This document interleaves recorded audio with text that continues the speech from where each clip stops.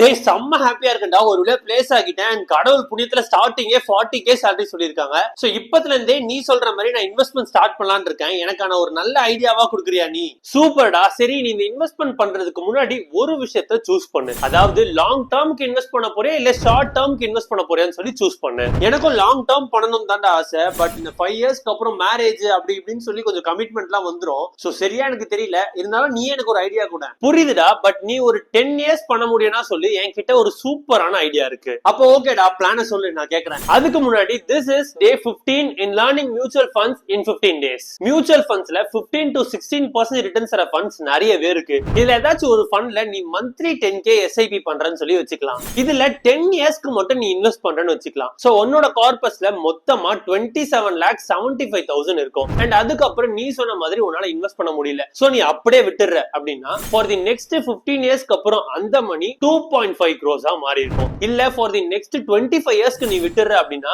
அந்த amount 11.35 crores மாறி இருக்கும். கேட்க நல்லா தான்டா இருக்கு. பட் கொஞ்சம் பயமா இருக்கு. நீ ஒரு விஷயத்தை மட்டும் புரிஞ்சுக்கணும். மியூச்சுவல் ஃபண்ட்ஸை பொறுத்த வரைக்கும் நீ லாங் டேர்ம்க்கு இன்வெஸ்ட் பண்றப்பதான் காம்பவுண்டிங் அப்படின்ற ஒரு விஷயம் ஒர்க் ஆகி உனக்கு நல்ல ஒரு ரிட்டர்ன்ஸ் பண்ணி தரும். சரி, இந்த மியூச்சுவல் ஃபண்ட் இன்வெஸ்ட்மெண்ட் பத்தி நான் நிறைய தெரிஞ்சுக்கணும்னா நான் என்ன பண்ணணும்? கண்டிப்பாடா கமிங் செப்டம்பர் 14th அன்னைக்கு நான் 3 hours mutual funds master class conduct பண்றேன். அங்க நீ மியூச்சுவல் ஃபண்ட்ஸை பத்தி A to Z just 9 rupeesக்கு தெரிஞ்சுக்க முடியும். சோ இதுக்கான ரெஜிஸ்ட்ரேஷன் லிங்க் வேணும்னா என்னோட பயோல இருக்கு, கிளிக் பண்ணி ரெஜிஸ்டர் பண்ணிக்கோங்க.